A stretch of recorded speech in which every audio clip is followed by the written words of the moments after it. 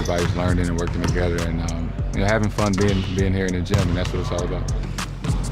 Our goal remains the same.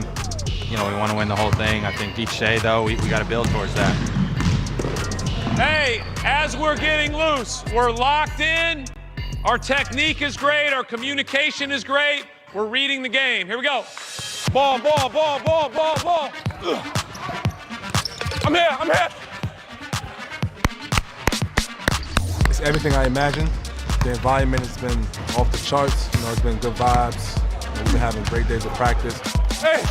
These guys, they've been showing me a lot of love, welcoming with open arms. Just showing me the way, around here in Boston. He makes the game easier for everyone. His pace and change of speed is tremendous. He's going to be a weapon for us. Obviously, he's a great scorer, always has been in this league, and he's a great leader. Stay home, Jay. Stay home, Jay. Long arms, good.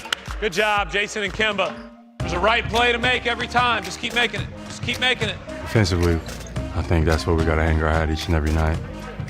Everybody can score in this league. Getting stops is where the game is at. Nice, yeah. Great. Good job. Defense is something that's always going to be our calling card. It'll allow us to stay in games when maybe the offense isn't flowing like we want it to. Fox, good job.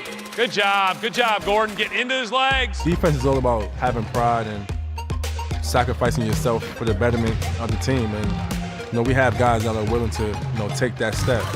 That's better. Perfect. That was perfect.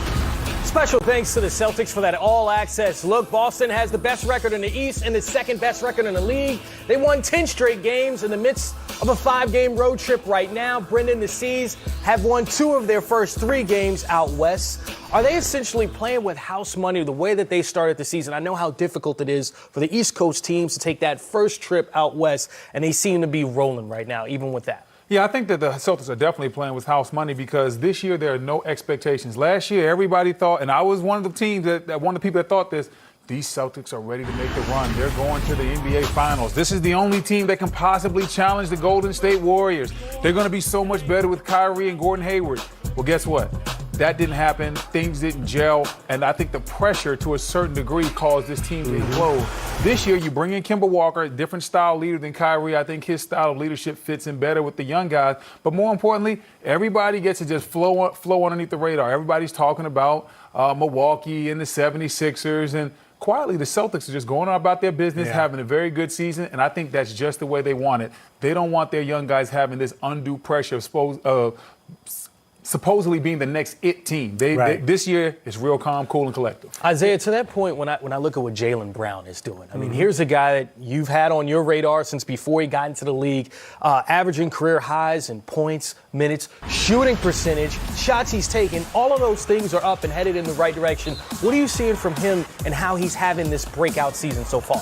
Not surprised by his growth, and he's right on target for, kind of the program that was laid out for him and what he wanted to do coming into the NBA.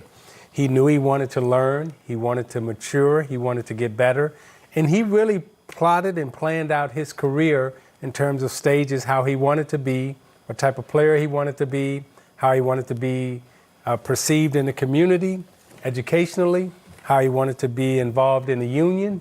And all these things he put down on paper, and he's right on target in terms of what he wanted to do, what he wanted to be, and how he's doing it. And his maturity and education has kept pace with each other. And I love how he's grown as well because Jaylen hasn't had the path of a regular lottery pick. Most lottery picks, you're picked in the top 3, you walk into a bad team, you get to be the man right away, take all the shots and learn on the fly. You get 2 to 3 years to learn on the fly, develop your game, put up your gaudy stats, then you learn how to win, right?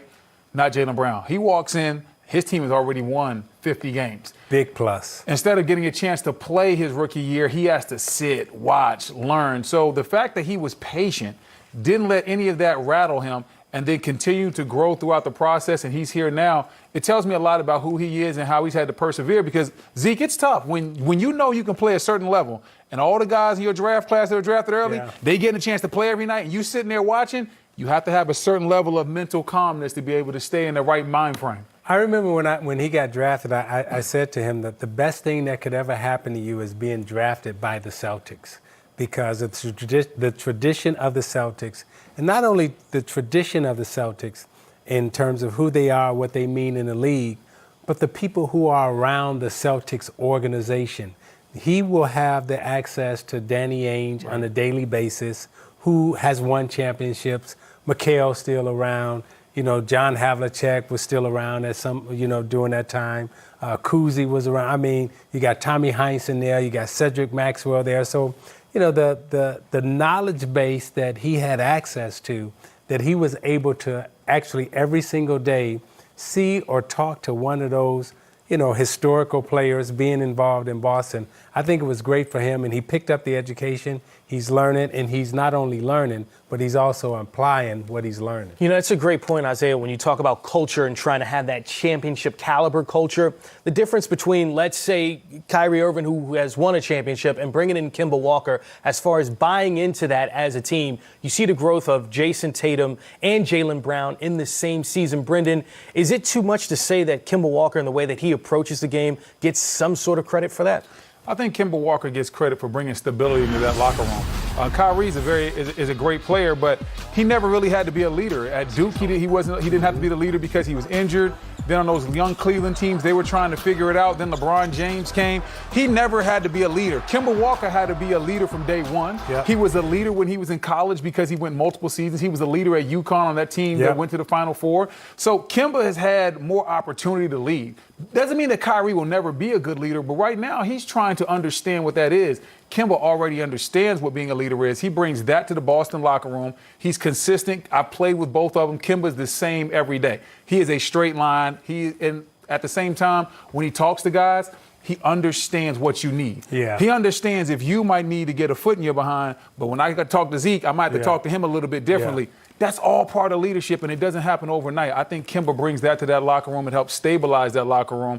And when you look at this locker room as opposed to last year, everybody's on the same page this year. Last year, it was old guys versus young guys. That's not going to work. Yeah, totally agree with you. Yeah, seeing the development of Jason Tatum, Jaylen Brown, and Kemba Walker fitting in seamlessly with the Celtics, part of the reason why they've gotten off to a great start. They'll have a tall task tonight facing the Clippers with Paul George and Kawhi Leonard both in the lineup.